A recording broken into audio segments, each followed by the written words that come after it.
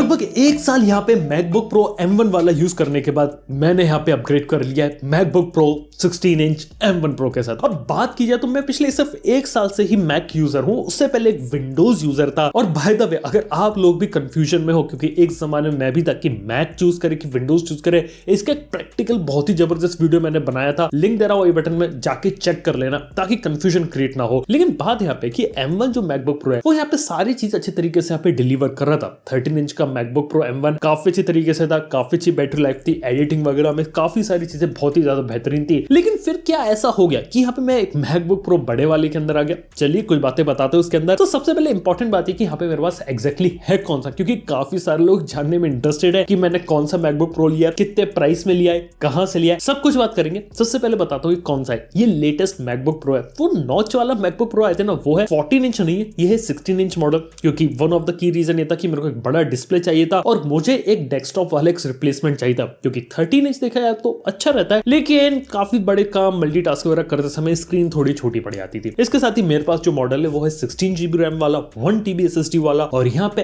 M1 pro जो chip रहती है वो यहाँ पे देखने को मिलती है। और one of the core reason इस मैकबुक प्रो को लेने का ये कि यहाँ पे मिल रहे हैं पोर्ट्स। जैसे की बात करें SD कार्ड पोर्ट देखने को मिल रहा है। SD कार्ड कब का गायब हो चुका था और उसका जो SD कार्ड रीडर है वो एक फास्ट रीडर है। अगर आपके पास बहुत ही हाई स्पीड कार्ड है और वो अगर आप इसे कॉपी पेस्ट वगैरह कर रहे हो, बहुत ही ज्यादा इसे कॉपी पेस्ट बहुत ही जबरदस्त तेजी से होता है। इसके साथ ही बात की जाए, एक HDMI पोर्ट है, टीवी मॉनिटर से यहाँ पे हम जोड़ सकते हैं। यहाँ पे पोर्ट के अंदर थंडरबोल्ट पोर्ट्स दिए गए, लेकिन जहां पुराने वर्जन में थंडरबोल्ट 3 पोर्ट थे, यहाँ पे थंडरबोल्ट 4 पोर्ट को इंट्रोड्यूस किया गया।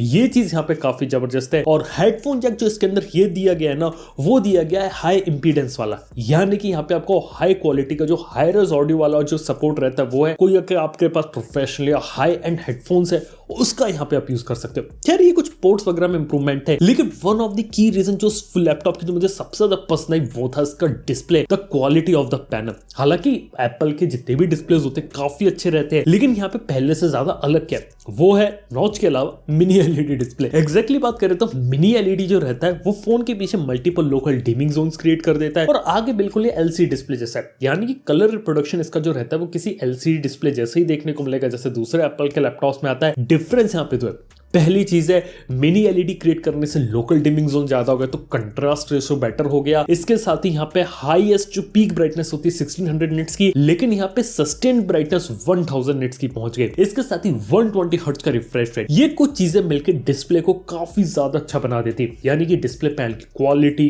कलर्स, रिप्रोडक्शन बहुत ही अच्छा है। अब आप लोगों को एक सवाल होगा, क्या ये OLED की टक्कर ले सकता है? देखो कुछ मामलों में OLED से बेटर है। कहां? पीक ब्राइटनेस के मामले में brightness, sustain brightness OLED display की इतनी अच्छी नहीं होती, लेकिन मिनी LED डिस्प्ले जो कि मैकबुक प्रो के अंदर है, यहाँ पे जो पीक ब्राइटनेस है वो यहाँ पे आपको ज्यादा देखने को मिलती है, इवन सस्टेन ब्राइटनेस। ये कुछ फायदा रहते हैं।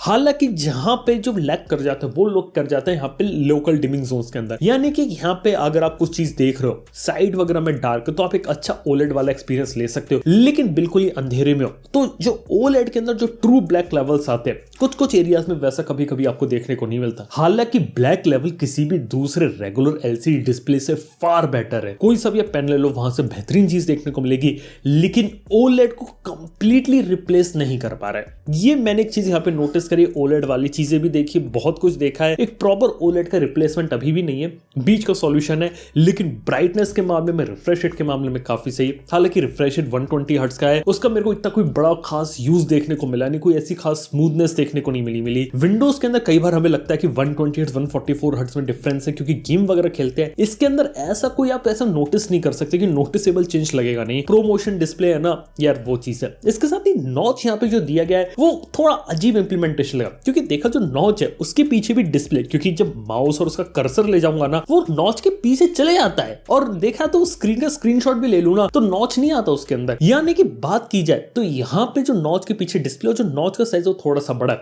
और नॉच के अंदर सिर्फ और सिर्फ वेबकैम देखने को मिल रहा है और एक लाइट देखने को मिल रही है ग्रीन कलर की ऑब्वियसली। लेकिन बात यहाँ पे ये कि एग्जैक्टली इतना बड़ा नॉच बनाने की जरूरत क्या थी, एक होल पंच दे देते। मिनी एलईडी डिस्प्ले या फिर एलसीडी के अंदर होल पंच बनाने की कॉस्ट इतनी ज्यादा नहीं आती। जब देखा तो क्यों किया इन्होंने। अब फेस आईडी के सेंसर्स भी नहीं है, क्योंकि शायद फेस आईडी डालते तो थिकनेस ज्यादा हो जाती, वो नहीं करना चाहते थे। तो नॉच मेरे हिसाब से थोड़ा बड़ा है, पता नहीं आईफोन जैसी कंसिस्टेंसी रखना चाहते थे क्या थे, लेकिन ये चीज यहाँ पे थोड़ी बेटर हो सकती थी मेरे ओपिनियन में। खैर जो नॉच रहता है वो रेगुलर टास्क करते समय तो आप उसके ऊपर नजर देते ही नहीं है, वो इस तरीके से डिजाइन किया गया सॉफ्टवेयर के अंदर कि वो हाइड ही तरह से हो जाता है। लेकिन हाँ, जो बेजललेस एक्सपीरियंस मिल रहा है 16 इंच का वो काफी अच्छा है, क्योंकि लैपटॉप की जो बॉडी है वो कुछ 15.6 इंच वाले जो विंडोज लैपटॉप आते हैं उनसे छोटी है, लेकिन जो एज टू एज डिस्प्ले इन्होंने दे रखा है, बिल्कुल ही बेजल्स मिनिमल रखी है ना, उससे एक्सपीरियंस यहाँ पे काफी ज्यादा बेटर हुआ है। तो ये डिस्प्ले के बारे में खास चीज है। और इसी के साथ ही बात करें तो इतना बड़ा डिस्प्ले, तो बैटरी के बारे में बात कर लेते। तो बैटरी देखा जाए तो यहाँ पे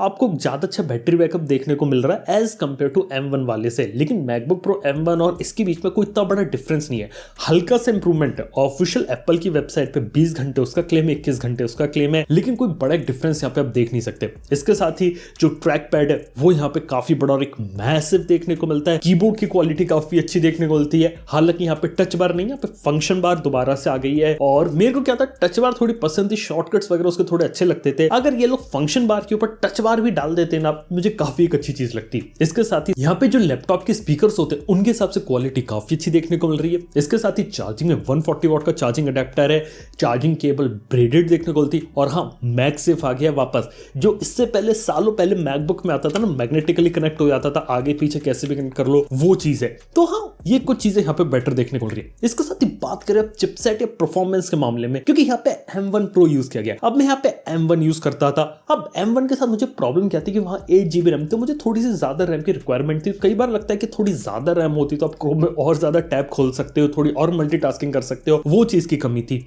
हालांकि बात किया तो M1 और M1 Pro में डिफरेंस है CPU और GPU कोर्स का मेन, और डेडिकेटेड वीडियो डिकोडिंग के इंजन वगैरह लगाए, तो हल्का सा एडवांस चिप है। वही बात करें मैंने M1 Max क्यों नहीं लिया, क्योंकि M1 Max मेरी नजर में एक स्लाइटली ओवरकिल चिप है, क्योंकि CPU तो आपको सेम देखने को मिल रहा है, काफी सारी चीजें सिमिलर है, एक्स्ट्रा GPU के कोर्स मिल रहा है और उसका हम इतना ज्यादा फायदा उठाने नहीं वाले। M1 Pro बीच का काफी अच्छा चिप था, M1 Max भी एक अच्छी चिप है, लेकिन यहाँ पे मुझे पता चला जो M1 Max है ना, ये लोग पहले प्लान कर रहे थे अपने बड़े Mac स्टूडियो के लिए, डेस्कटॉप लेवल के लिए, लेकिन उसकी पावर एफिशिएंसी वगैरह अच्छी थी, इसलिए उन्होंने मैकबुक प्रो में डालना उसे शुरू कर दिया। लेकिन उसकी असली परफॉर्मेंस एक जो डेस्कटॉप होता है या फिर कहूं जो Mac स्टूडियो होता है वहां पर आ रही है, क्योंकि वहां पे जबरदस्त कूलिंग लगी हुई है और उस बेटर कूलिंग का एडवांटेज करके M1 Max slightly better perform कर रहा है। ये बात रिसेंटली पता चली और M1 Ultra तो दो M1 Max को यहाँ पे मिला दिया गया। तो डेफिनेटली वो डेस्कटॉप लेवल चिप थी, लैपटॉप के हिसाब से, इवन ज्यादातर लोगों के हिसाब से काफी ज्यादा ओवरकिल है। अब एक सिंपल सी बात बताता हूँ,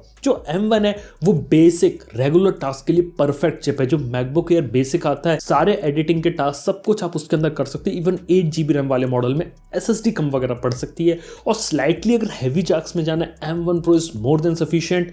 4K एडिटिंग कुछ हद तक तो 8 KB हैंडल वगैरह कर सकता है। यस, और M1 Max बिल्कुल ही अल्ट्रा लाइन में, और M1 X अगर मैकबुक प्रो में लेने वाले हो तो ये बेटर रहेगा कि उस पर जाने की बजाय एक मैक स्टूडियो ले लो, वो वहां पे आपको ज्यादा बेटर परफॉर्मेंस डिलीवर करेगा और शायद एक एप्पल के मैकबुक प्रो से थोड़ा सस्ता रहेगा। बस मैकबुक प्रो में बात रहती है कि सारी चीजें एक साथ मिल जाती हैं और एक बेहतरीन एक्सपीरियंस ले सकते हैं, खासतौर पर डिस्प्ले का, बड़ी स्क्रीन का, ट्रैक पैड का, कीबोर्ड का, वो चीज यहाँ पे काफी ज्यादा सॉलिड है। अब बात करते हैं ये मैंने आखिर कितने का लिया। ये लिया लगभग 2,30,000 का। हाँ, मैं मानता हूँ बहुत ज्यादा महंगा, एक लैपटॉप के लिए तो हद से ज्यादा महंगा है। अब इसके साथ ये बात आया थी, यहाँ पे मैंने स्टूडेंट डिस्काउंट लगाया था एप्पल की वेबसाइट पे, लगभग 10% का मिल जाता है, तो वो अगर आपको मिल रहा है तो आप अवेल कर सकते हैं। इसके साथ ही दुकान वगैरह में भी लैपटॉप मिल सकता है, लेकिन बात है कि वहां पे कई बार आपको ऑर्डर देना पड़ता है, क्योंकि एप्पल की वेबसाइट पे आप कस्टमाइज कर सकते हैं कि आपको कौन सा प्रोसेसर, कितनी रैम, कितनी SSD चाहिए। ऐसी फंक्शनलिटी है ना, आपको दुकान वाले नहीं दे पाते, और देते भी है तो उसके लिए वेटिंग टाइम बहुत ज्यादा रहता है। ये चीज एप्पल की अच्छी लगी, और वो जितनी डिलीवरी डेट प्रॉमिस करते हैं उसमें लोग यहाँ पे डिलीवर कर देते हैं, वो चीज यहाँ पे बेटर लगी। तो